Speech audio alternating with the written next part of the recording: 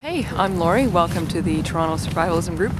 I started this group in August because I just felt I love outdoor stuff and I wanted to share both outdoor wilderness survival skills, traditional skills, because I had felt those things that our grandparents or great-grandparents had done have been lost. I think a lot of reasons why people come to the group is they're interested in connecting to nature and sort of getting a sense of personal power back, and our group is really about people connecting with their natural surroundings in an effort to feel more comfort and at ease with choices they can make in their lives.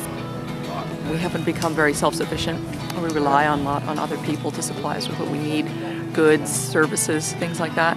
But we're so specialized that we've really forgot about all of those things that connect us to nature, those skills that we need to know to keep ourselves alive and to keep going into the future as some of those things might become unavailable due to environmental problems, economic problems, peak oil, energy shortages, things like that.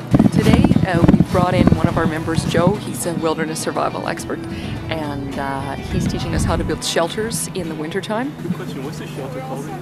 This is a snow coffin. Snow coffin. Yeah. A snow coffin? Yeah. Snow coffin. And let the name be a warning. Okay.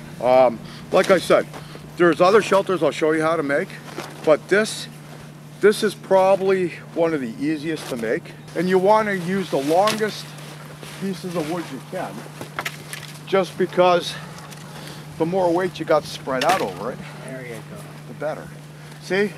I love it. And basically all we're doing is just want to keep the elements off of us for the night. We're going to say we built our bed already in here. So you've taken your browse or your sticks first and you've put them on the bottom. 6 inches at least deep. And that'll keep, it's not going to keep you warm, but it's going to keep you from dying. Because in this type of weather, short of a down sleeping bag and a furnace, ain't nothing going to keep you warm at night. Well, a bottle of whiskey, maybe. Now that you got your bed done, you would take snow and pile them on the outside edges of this tarp. Okay, and basically you've got a shelter that you've built in 10 minutes. Right. If you don't have a tarp, okay, and you should have a tarp. Yeah, you should. I'm just saying, like you say, you're a But city if you slicker. don't have a tarp, okay, this can be done with your emergency blanket. Okay, barring that, you can just keep piling sticks on it. It's going to keep you from freezing to death. You take that reflector, Right. you take a couple sticks and you tie it around like this. You've got a fire reflector that's going to reflect all that heat back into your shelter. If you're lost for a day, the $3 ones are fine. But if you're lost for a week, you're screwed. Okay, because usually they won't last, the second night out because they rip easy, they tear. If you're in a survival situation, you're going to end up using your equipment really hard. You sleep with your feet up there, okay? You've got your little pile of firewood here, and then you build your fire right here. Near your head? Oh my God, Yep, I love as that. long as you keep your fire small. You want to see how to make a quick fire? Gotcha. No, I don't use... Okay, hold on here.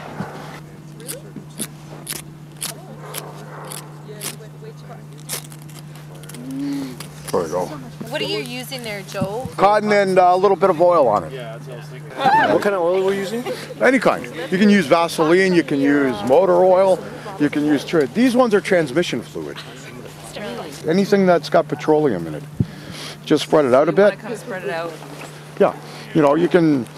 And like I said, it's better than going and having to buy some sort of fancy thing in the store. Canadian Tire sells those. Canadian Tire, by the way. Great store. I think we're the sponsor. They have... Get them to sponsor They us. have these little flint strikers. Now, you won't recognize this one because the ones that they've got have the great big red thing on the end of them. Yeah, the handle or whatever. Yeah, I tore that off because I don't need that. That's just, okay. Also, they had a steel rod with it.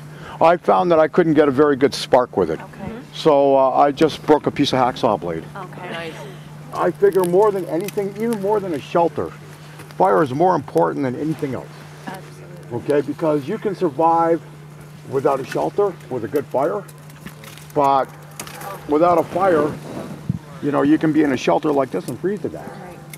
Once you lie down on it, it packs down. So if you find that, you can pack it you know, up a bit. yeah, you can make a pillow down here as long as you have those sticks and those pine needles separating you from the snow. Okay, you'll be fine. This snow coffin, lesson number 1. When you first see it, you kind of think, I should know that. Just because of the simplicity of it all. It's my cup of tea kind of thing, you know what I mean? We'll do a number of different types of education and training for people. Some of it will include how to survive in the woods if you're hiking and you get lost. Others are more interested in off-grid living, how to live a sustainable lifestyle, and others are more interested in that deep interconnection with sort of the environment. Check it out. We've learned a lot of stuff already, how to tie knots, building shelters, survivalist psychology in the future, all good stuff. Everything he said.